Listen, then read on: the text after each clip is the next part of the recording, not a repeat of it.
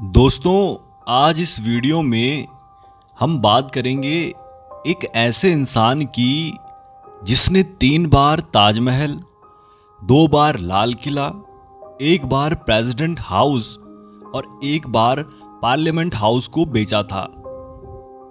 दोस्तों, ये हमारे देश भारत का सबसे बड़ा ठग नटवरलाल था। बताया जाता है कि उसके 52 नाम थे। उसी नटवरलाल की कहानी अब हम आपको बताने जा रहे हैं।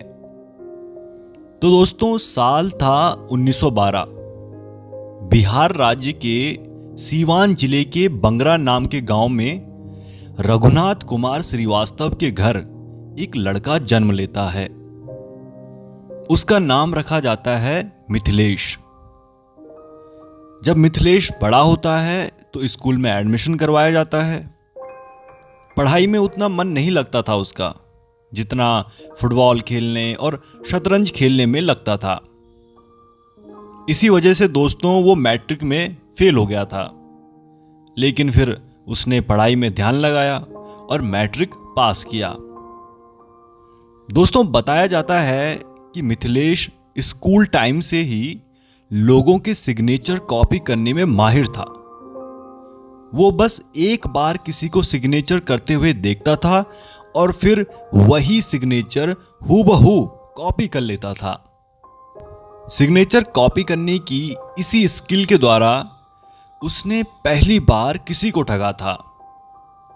ये उसकी जिंदगी की पहली बार किसी से पैसे ठगने की सबसे पहली घटना थी, जिसमें उसने 1000 रुपए किसी से ठग लिए थे। तो दोस्तों, हुआ यूं कि एक बार मिथिलेश के पड़ोसी ने उसे बैंक में एक ड्राफ्ट डिपॉजिट करने के लिए भेजा। तो मिथिलेश ने अपने पड़ोसी के सिग्नेचर देख लिए थे। फिर कुछ दिनों तक मिथिलेश वही सिग्नेचर करके अपने पड़ोसी के रुपए निकालता रहा। लगभग वो 1000 रुपए अपने पड़ोसी के अकाउंट से निकाल चुका था। जब उसके पड़ोसी को इस बात का पता चला तो मिथिलेश वहां से भागकर कलकत्ता चला आया। कलकत्ता में उसने अपनी पढ़ाई जारी रखी। फिर केशव राम नाम के एक अमीर आदमी ने उसे अपने बच्चे को ट्यूशन पढ़ाने के लिए नौकरी पर रखा। मिथिलेश ने एक बार उस आदमी से अपनी ग्रेजुएशन के लिए कुछ पैसे उधार मांगे, लेकिन उस आदमी ने मिथिलेश को पैसे देने से मना कर दिया। अब इस बात से मिथिलेश बहुत नाराज हुआ। उसने उस आदमी को सबक सिखाने के लिए एक चाल चली। उसने उस आदमी को रुई की गांठ खरीदने को कहा।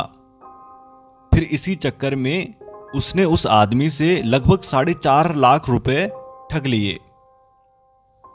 दोस्तों, मिथिलेश ने फिर अपनी ग्रेजुएशन कंप्लीट की और शेयर मार्केट में स्टॉक ब्रोकर बन गया। उसके बाद जब उसका ये सब करने में मन नहीं लगा तो उसने वकालत की पढ़ाई शुरू कर दी और बाद में जाकर वो वकील भी बन गया। दोस्तों, उसने शेयर मार्केट में जॉब के दौरान बहुत नॉलेज इकट्ठा की थी और कुछ नॉलेज मिली उसे वकालत में। अगर वो चाहता तो अपनी इन सारी लर्निंग्स का यूज वो किसी अच्छी जगह कर सकता था, लेकिन उसने गलत रास्ता चुना और वो मिथिलेश कुमार श्रीवास्तव से बन गया मिस्टर नटवरलाल। पैसे ठगने के मामले में तो उसने बड़े से बड़े बिजनेसमैन को भी नहीं छोड़ा था। धीरूभाई अंबानी, टाटा, बिरला जैसे बहुत सारे बिजनेसमैन से उसने पैसे ठगे थे। वो इनके पास समाज सेवी बनकर जाता था और समाज के कार्यों के लिए बहुत मोटा चंदा लेकर गायब हो जाता था। दोस्तों, नटवरलाल भेष बदलने में भी माहिर था। वो अलग अलग भेष और अलग अलग नामों का यूज करके लोगों से पैसे ठगता था। दोस्तों, जहां तक बात है हिस्टोरिक इमारतें बेचने की, तो उसने ताजमहल को 3 बार बेचा था। वो किसी सरकारी ऑफिसर की तरह घूमता था।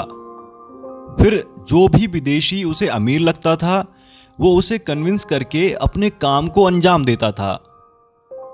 उसने तीनों बार विदेशियों को ही ताजमहल बेचा था। जिस भी चीज को वो बेचने वाला रहता था, उस चीज के सारे सरकारी कागज वो अपने पास रखता था।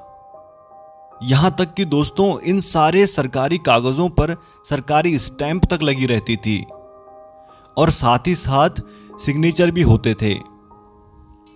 दरअसल ये सारे सरकारी कागज एक प्लान के मुताबिक फर्जी तरीके से बनाए जाते थे और इन कामों में तो नटवरलाल माहिर था।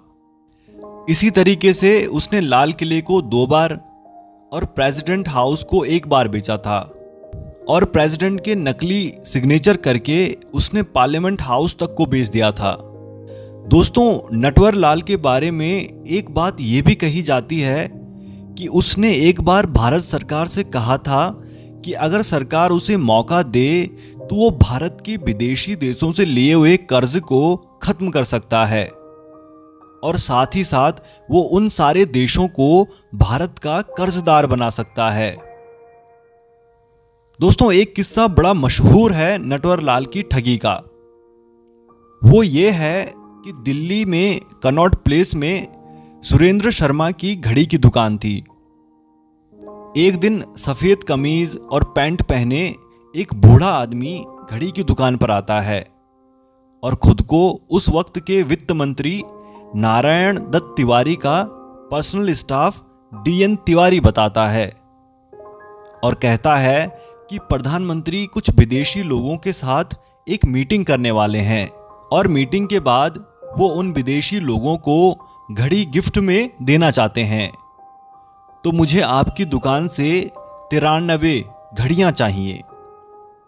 पहले तो दुकानदार सुरेंद्र शर्मा को इस बूढ़े आदमी पर शक हुआ, लेकिन एक साथ इतनी सारी घड़ियों के लालच से वो खुद को रोक नहीं पाए।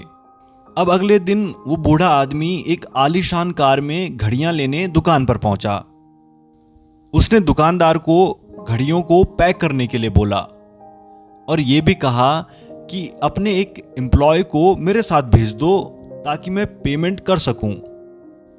वो बूढ़ा आदमी दुकान के उस एम्प्लॉय को लेकर नॉर्थ ब्लॉक गया। दोस्तों, आपकी जानकारी के लिए बता दूं कि दिल्ली में नॉर्थ ब्लॉक जो जगह है, वहां प्राइम मिनिस्टर से लेकर बड़े बड़े ऑफिसर्स का ऑफिस होता है। वहां पहुंचते ही उस बूढ़े आदमी ने दुकान के एम्प्लॉय को 32,829 रुपए का ड्राफ्ट दिया।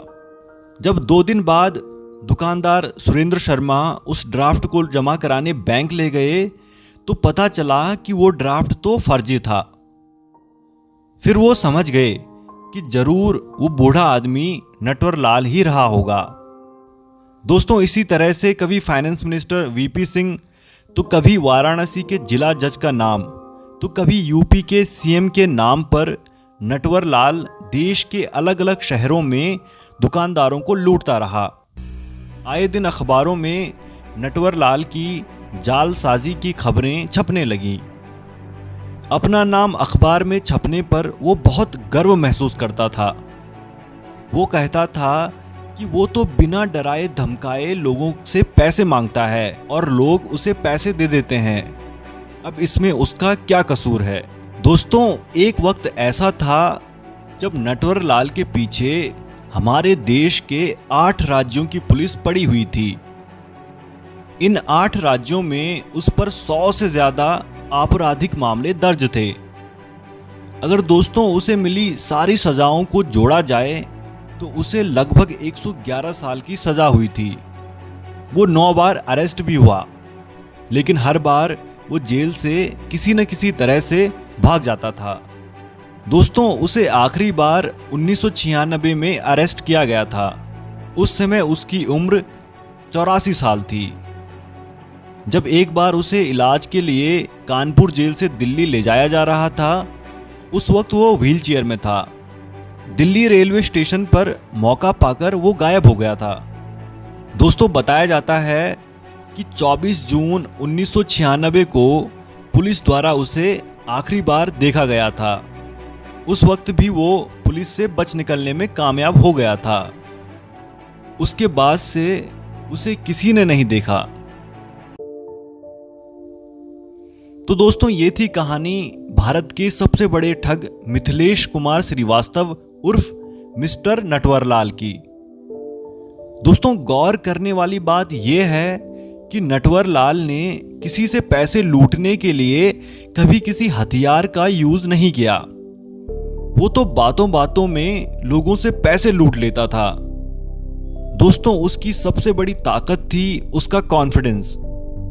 इसी कॉन्फिडेंस की वजह से ही वो ताजमहल, लाल किला, प्रेसिडेंट हाउस और पार्लियामेंट हाउस को बेच पाया।